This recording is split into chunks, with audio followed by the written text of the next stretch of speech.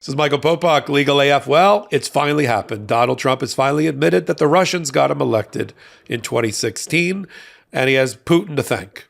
What am I talking about? I'm telling you, it's in a new filing, a motion to compel that was just filed this week by Donald Trump's lawyers in the D.C. criminal election interference case against Donald Trump. Why did they say that? Well, they were arguing that they needed to see documents related to foreign interference that may have happened in 2016 and 2020 because Donald Trump now suddenly is the defender of election integrity. The person who single-handedly has been trying to suppress the vote and stop Americans from having their vote counted is now the protector of the vote.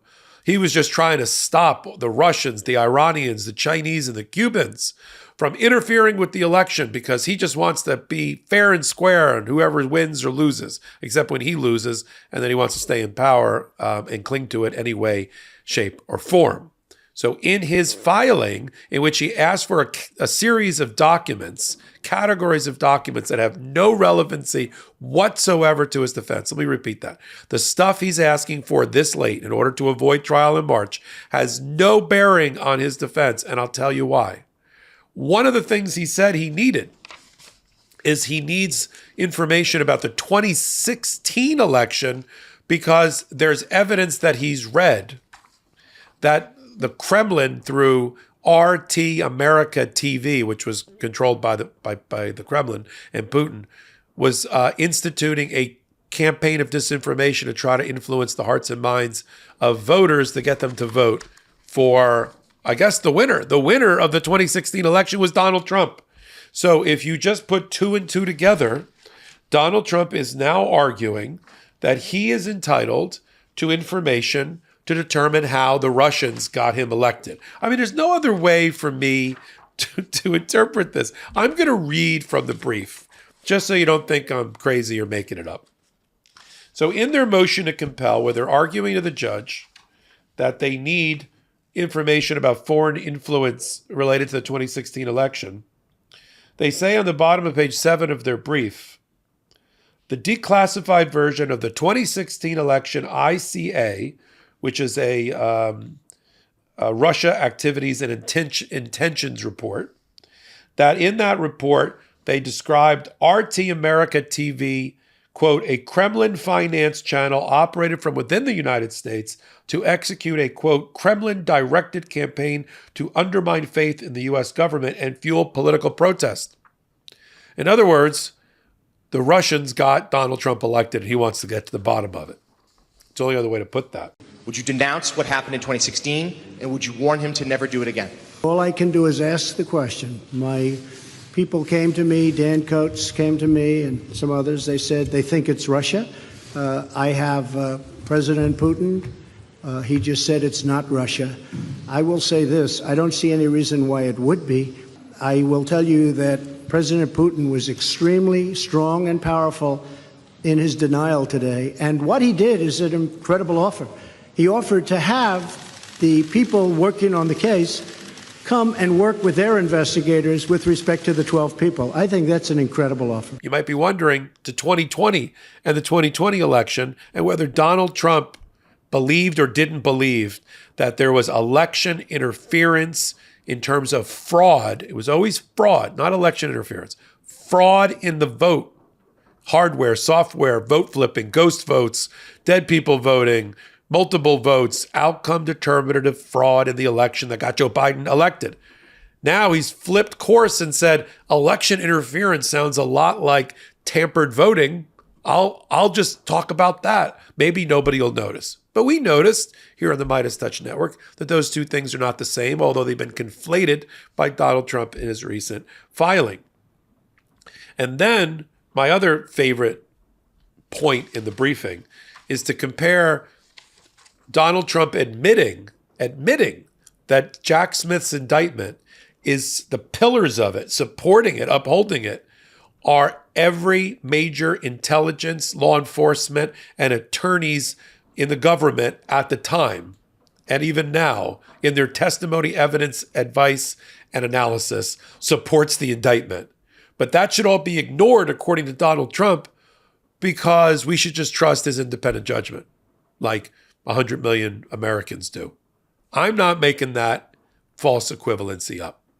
On one hand, they make another admission that they probably didn't want to make, is that the indictment is well supported by facts, evidence, analysis, information of key people in government that are all at odds against Donald Trump's testimony.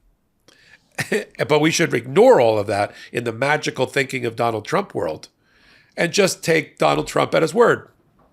Then he'll get to the bottom. There must be fraud. This is like Commander Queeg in the Caine Mutiny. There's got to be a second key, to get the strawberries. There's got to be two keys. Humphrey Bogart. That's not my Humphrey Bogart, but that was Humphrey Bogart, right? There's no second key, right? Strawberries all got eaten by everybody on the ship. Sorry, the movie's from the 1950s, so I'm not doing a spoiler alert. Back to Trump, though. He says in his, on page 6 of the motion, he says he admits that the indictment is supported by these pillars. Think about the support structure here. The indictment endorses the alleged views of senior White House attorneys. That's a pretty good group. That's a group Donald Trump picked, vetted, put in office, relied on. People with titles like White House counsel, deputy White House counsel, assistant to the deputy White House counsel. Those people. Here's another pillar that undergirds the indictment. Senior leaders of the Justice Department. Okay, so they also support the indictment? And who are they? Oh, Bill Barr, the acting Attorney General, Jeff Rosen, the deputy acting Attorney General that worked for him. Everybody in the Department of Justice, in Trump's Department of Justice, in Trump's White House, everybody, except maybe Jeff Clark, who's a indicted co-conspirator in Georgia and an unindicted co-conspirator in D.C. Maybe he doesn't agree. But everybody else sounds like a pretty good foundation for the indictment so far, don't you think, that Trump's conceding to? But I'm not done. He also says that the indictment is supported by, and the allegations of it, by the intelligence community. The entire intelligence community of the United States, the CIA, the FBI, the Director of National Intelligence, Homeland Security Intelligence, the intelligence bureaus and agencies of every aspect and arm of the armed forces and branch of the armed forces. That intelligence community. All in favor of the indictment and against Donald Trump's position. And then finally, the Department of Homeland Security, Cybersecurity and Infrastructure Security Agency, known as CISA, and its director at the time, Chris Krebs, who got fired by Donald Trump. Right. The one agency who in its name has the integrity of the election as its remit, as its mandate, determined that it was the safest, most fair election, and the integrity of the election was upheld than any other election in American history. But that's to be ignored. That's on page 6. On page 4, Donald Trump wants you to believe that should be all ignored. And instead, let me read it to you, because you won't believe it. He says, and I quote, "The indictment in this case reflects little more than partisan advocacy designed to sabotage President Trump's leading campaign for the 2024 presidential election." Again, there's not a shred of evidence that that's true. And not one quoted in their motion either, or in an affidavit, or a declaration, or a piece of paper. They go on. Consistent with the improper and unlawful goal, the special counsel's office has chosen to rely on the views of witnesses who aligned with the Biden administration's political viewpoints and to treat those biased opinions as objective and irrefutable truths regarding the integrity of the 2020 election. Stop right there. Because they go on and list on page 9 who he's talking about the witnesses, the views of witnesses. Yeah, the views of the intelligence community, the entire Department of Justice, White House counsel, and the Office of Cybersecurity and Election Integrity. Those people. They all have R's next to their name. They were all Republicans. They weren't Democrats. Now suddenly they're aligned with Biden's political views. Not one of them are serving in the Biden administration. Not one of them served in the Obama administration. They only served in the Trump administration. So I don't even understand that sentence, but it gets better or worse. This is my favorite part of the brief, 37 pages. It was not unreasonable at the time, and certainly not criminal, for President Trump to disagree with officials now favored by the prosecution and to rely instead on, now here's the point where you think in the brief they would list a lot of counterfacts. Other people, well, maybe the attorney general was against us, but the deputy attorney general wasn't. Or, maybe the cybersecurity head director was against us, but the deputy director wasn't. Or, the Department of Justice, or, this person, but his second in command. No, there's nothing after this sentence, except for more words written on a page by a lawyer. And so it says, and certainly not criminal, for President Trump to disagree with officials now favored by the prosecution and to rely instead on the independent judgment that the American people elected him to use while leading the country. Okay, take a giggle break, take a laugh break, because that's their case. How do I know? It's in the first page, first paragraph. That orients. That's supposed to be your roadmap paragraph where you tell the judge exactly where your case is going to go, what you got on your side. And if you had anything on your side other than ridiculous, meritless, baseless comments, you'd put it right there. You'd attach a graph or a chart or a list or a bunch of affidavits or some testimonial references to show that, it's just not you behind a keyboard with nothing else, right? That you're not just, all hat and no cattle, as they like to say in certain parts of the country, like Manhattan. And that's it, guys. I'll go through other aspects of this, but it's the independent judgment the American people elected him to use versus the entire weight of intelligence, law enforcement, data collection, everything, evidence that support the indictment. Which one are you going to pick? Did you know that poor sleep can cause weight gain, mood issues, poor mental health, and lower productivity? Sleep is the foundation of our mental and physical health and performance in our days. Having a consistent nighttime routine is non-negotiable. When I don't get enough sleep, trust me, you don't want to be around me the next day. Introducing Beam Dream. You know we've been raving about Beam's Dream Powder, their healthy hot cocoa for sleep. And today, my listeners get a special discount on Beam's Dream Powder, their best-selling healthy hot cocoa for sleep with no added sugar. Now available in delicious seasonal flavors like cinnamon cocoa, sea salt caramel, and white chocolate peppermint. Better sleep has never tasted better. Dream contains a powerful all-natural blend of reishi, magnesium, L-theanine, melatonin, and nano CBD to help you fall asleep, stay asleep, and wake up refreshed.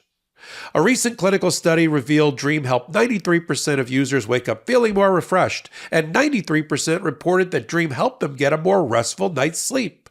Just mix Beam Dream into hot water or milk, stir or froth, and enjoy before bedtime. I've personally tried Beam Dream. It certainly lived up to the hype. It was delicious and just a lovely nighttime routine. And secondly, and most importantly, it helped me fall asleep and stay asleep. Find out why Forbes and the New York Times are all talking about Beam and why it's trusted by the world's top athletes and business professionals. If you want to try Beam's best-selling Dream Powder, take advantage of their biggest sale of the year and get up to 50% off for a limited time when you go to shopbeam.com/legalaf. The discount is auto-applied at checkout. No code necessary. That's shopbeam.com/legalaf for up to 50% off. So, besides the fact that he agrees that Putin got him elected and that he's got nothing to support his position that Joe Biden is trying to interfere with the 2020 election by manipulating the special counsel. What else is he interested in getting? And what else did I learn? Well, there's one other revelation that finally got resolved in writing in the papers that has always been a mystery. And that's the status of Jeff Clark, the unindicted number 4 co-conspirator in D.C. and the indicted co-conspirator in Georgia. He was a low-level 5 or 6 down the chain assistant attorney general, wasn't a deputy, just an assistant, who all of a sudden in December and January, just before Trump left office, he leapfrogged over and got promotion after promotion in the last 15 days of the administration. The Jan 6 committee thought, and it's in their report, that Jeff Clark was offered the job of acting attorney general. Of course, he was never confirmed in the late December, early January time period, but that was never confirmed. It is now. In their filing, they talk about on page 11 that there was a classified briefing to co-conspirator 4, who for some reason, I think if they say his name, they think they're going to burn. So they never say who it is, but I'll tell you who it is. It's Jeff Clark, by the Director of National Intelligence. So National Intelligence Director conducts a briefing with what I thought at the time was a number 7 attorney in the office. Nope.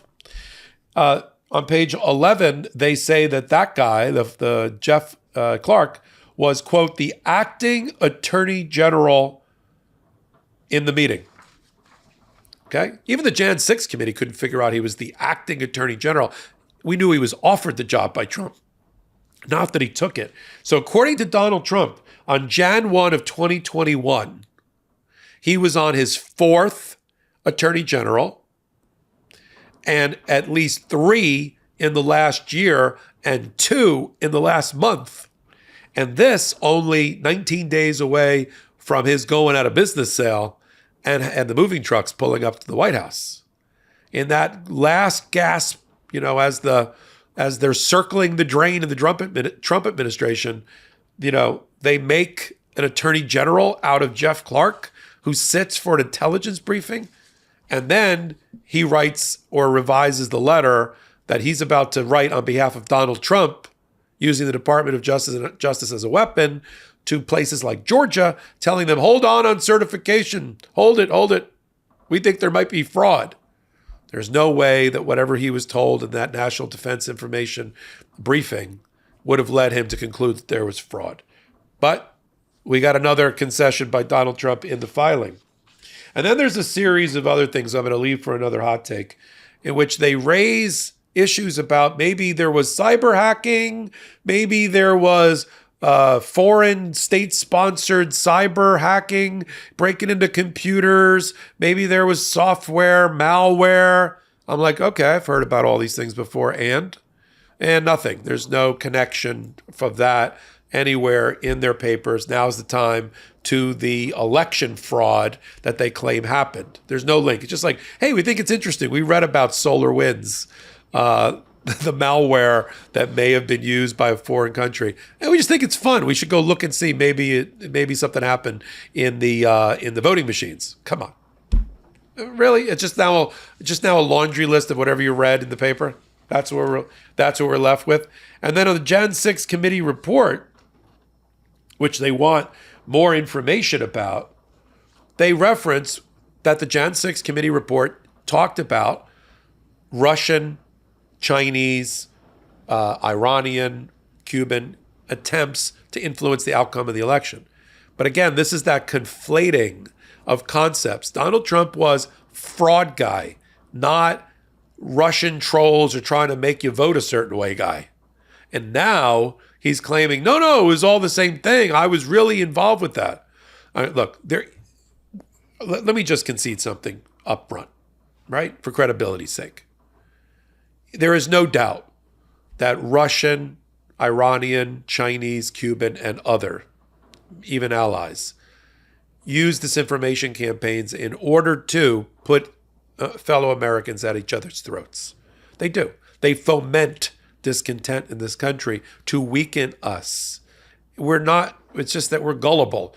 People sit on their computers all day long and they think they're in a chat room with one of their buddies, who's like-minded, and they're really in a chat room with a troll who's Chinese operative or a Russian operative. And they're using campaigns and flashcards and subliminal messaging and all of that, like the Manchurian candidate, in order to get you to vote a certain way. That is for sure. That has been going on for decades. We do it in other countries. That is a different issue that needs to be addressed so that social media is sort of scrubbed of attempts by foreign interference, state-sponsored terrorism, and state-sponsored disinformation campaigns to get involved with our voting system. I agree with that. That has nothing to do with Donald Trump. When he was making his phone calls to election officials and elected officials around the battleground states, and he was calling Georgia and Arizona and Nevada and talking to the Speaker of the House and, any kind of legislator or election official he could get his hands on, he wasn't saying to them, the Chinese did this to me. The Russians did it. They flipped votes. That's not what he said. Some of it's recorded. Like in Georgia, what he said was there was some sort of mischief in the voting machines or software, and there was fraud in the voting, and that contributed to him losing. That's why the other guy got 7 million more votes, not for some other reason. And so what's going to happen? Let me sum up this hot take with this 37-page brief at the last minute to try to delay the election in front of Judge Chutkan. It's not going to work. And I'll give you the blueprint for it. She just ruled earlier in the week on their request for quote-unquote missing Jan 6 documents from the committee. She first said there aren't any missing Jan 6 documents. That's one. Two, you've had all this time to tell me what in particular from the Jan 6 committee you didn't get. The government has already told me what they've given you with a catalog, and I don't see anything missing. So tell me what it is. You had your opportunity, but you didn't do that. Then that's a problem. And no, I'm not going to give you the video versions of the witness testimony by the Jan 6 committee because Lord knows what you'll do with it. She's already ruled about relevancy and they're having to show and make out their burden, carry their burden to show a connection between the information and a defense or relevancy in the case. And they haven't. Same thing here. Just because they're characterizing it as a motion to compel, asking for what's called Brady or exculpatory material from the Department of Justice doesn't, through a feat of alchemy, convert this into a fishing expedition. Just go ask for whatever you want. Solar hacking never had any connection to the voting. Sure. 2016 election about a 2020 issue. Sure, why not? Now, we're beyond why not. Let's go rummaging through the drawers of our government. Why don't you tell us every informant in the FBI that was at Jan 6? The answer to that is there was a handful of informants that were participating in the Jan 6 insurrection, but they weren't there at the behest of the FBI. They were just there as citizens and also happened to have been informants in drug and violent crimes. But they were exercising their own First Amendment right and the like. And that's the lack of intellectual honesty that's often missing or present, in the Trump filings. It's the hallmark of the Trump filings. It's just lawyer blather, talking point, palm card points they want to make over and over again without a shred of evidence, without a shred of corroborating information. And that's what judges like Judge Chutkan, when they throw them out, say. You didn't carry your burden. Where's your evidence? It's completely unsupported. And now we're in that world. We're in the world of evidence. We're evidence-based in our justice system. We're document-based. We're information-based, analysis-based, witness testimony-based. We're beyond the independent judgment of Donald Trump to crown himself king and stay in power, which is what he basically said in his brief. I'll continue to follow on hot takes like this one. Everything and anything Donald Trump does at any time in any of the cases, civil or federal, criminal or state, around the world, including in London, only one place, exclusively on the MeidasTouch network, on this YouTube channel, and on hot takes like this one. at the intersection of law, politics, and justice. Join us every Wednesday and Saturday at 8 p.m. Eastern Time on the YouTube channel for Meidas for a podcast curated that we call Legal AF. It is what you think. Until my next hot take, give me a thumbs up on this one. Until my next Legal AF, see you Wednesday and Saturday. This is Michael Popok reporting. Hey Meidas Mighty, love this report? Continue the conversation by following us on Instagram at MeidasTouch to keep up with the most important news of the day. What are you waiting for? Follow us now.